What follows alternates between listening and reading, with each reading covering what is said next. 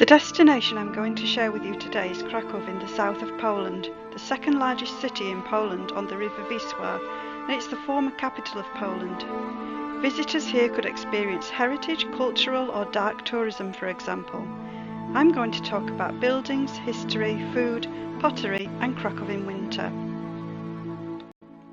Thought to be one of the first shopping malls in the world, the Sukiennica or Cloth Hall is a central feature of the main market square of Krakow Old Town, a UNESCO World Heritage Site since 1978. Cloth Hall was once a major centre for international trade, with merchants selling their textiles and salt. It was damaged by fire in 1555 and rebuilt in a Renaissance style. Today it is full of little market stalls selling souvenirs and crafts such as wooden items, pottery, scarves and commercial souvenirs. It's well worth a visit, especially if you want to buy some traditional Polish souvenirs to take home with you. St Mary's Basilica is one of the best examples of Polish Gothic architecture.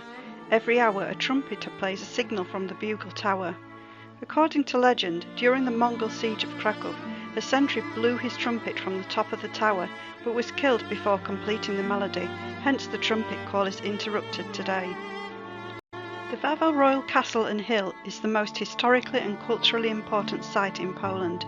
For centuries it was home to the kings of Poland, and today is one of the country's premier art museums. There are also cafes where you can taste delicious Wawel chocolate. The Dragon's Den is a cave that formed some 12 million years ago in the western slope of the hill. It's also home to one of Krakow's best-known legendary residents, the Wawel Dragon. Visitors can tour the cave and exit by the riverside. Near the exit is a 1972 statue of the dragon that actually breathes fire. The city walls of Krakow were established around the old town during the 13th century. It once had 39 towers, 8 gates and a 6-metre wide moat. Later the fortifications were demolished and the planted park was designed on the site. Today only 200 metres remain. Artists often sell their paintings here. Founded in 1364, the Jagiellonian University is the oldest in Poland and 13th oldest in the world. It's regarded as Poland's most prestigious academic institution and played an important role intellectually worldwide. Today over 200,000 students come here to study from around the world. It's easy to see why.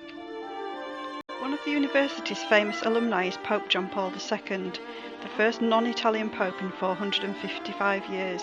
In 1939, after the Nazi invasion of Poland, 184 professors were arrested and deported to a concentration camp. The notice on the board read, "The Poles are allowed to educate only to the extent that will make them realise that they have no prospects whatsoever as a nation." The universities are practically all closed down now. The seminaries will unconditionally be closed down as well, since they are nothing but the mines of hatred towards the Germans.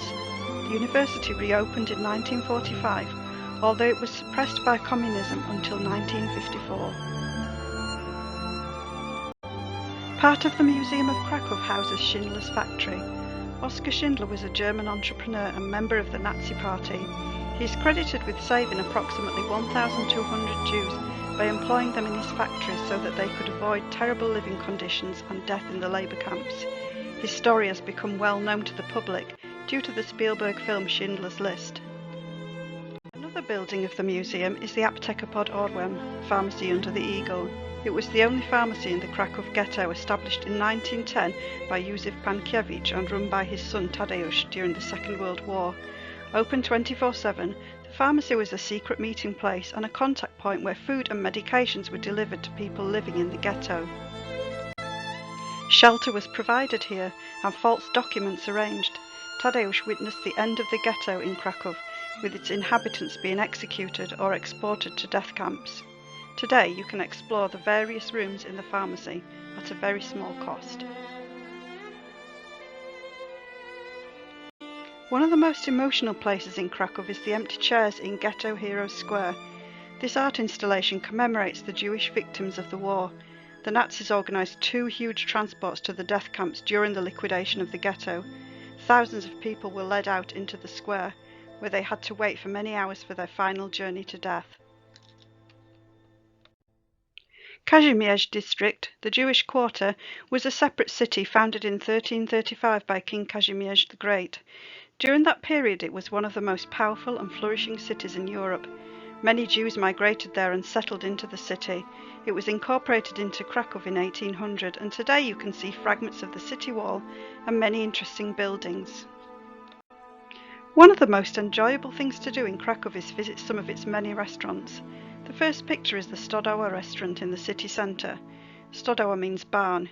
It has a large choice of food and an underground bar if you fancy a drink before or after your meal. This restaurant has a special atmosphere and an old-world rustic style. Places to eat and drink in Krakow are very popular, and even the ones in the main city centre are cheaper than anything in the UK. You can even sit outside on the square in the winter, as the outdoor tables are surrounded by transparent perspex sheets, so you feel that you're outside but you're actually really warm under the heaters. Polish cuisine is varied, rich in different kinds of meat and famous for its bread, soup and sausages. It consists of a lot of cabbage, potatoes and dairy, simple but full of flavour, nutrition and vitamins. One of the most popular dishes is pierogi, made of thinly rolled up dough with a variety of fillings, both savoury and sweet. That's on the third picture, top left. Another thing Poland is famous for is its pottery.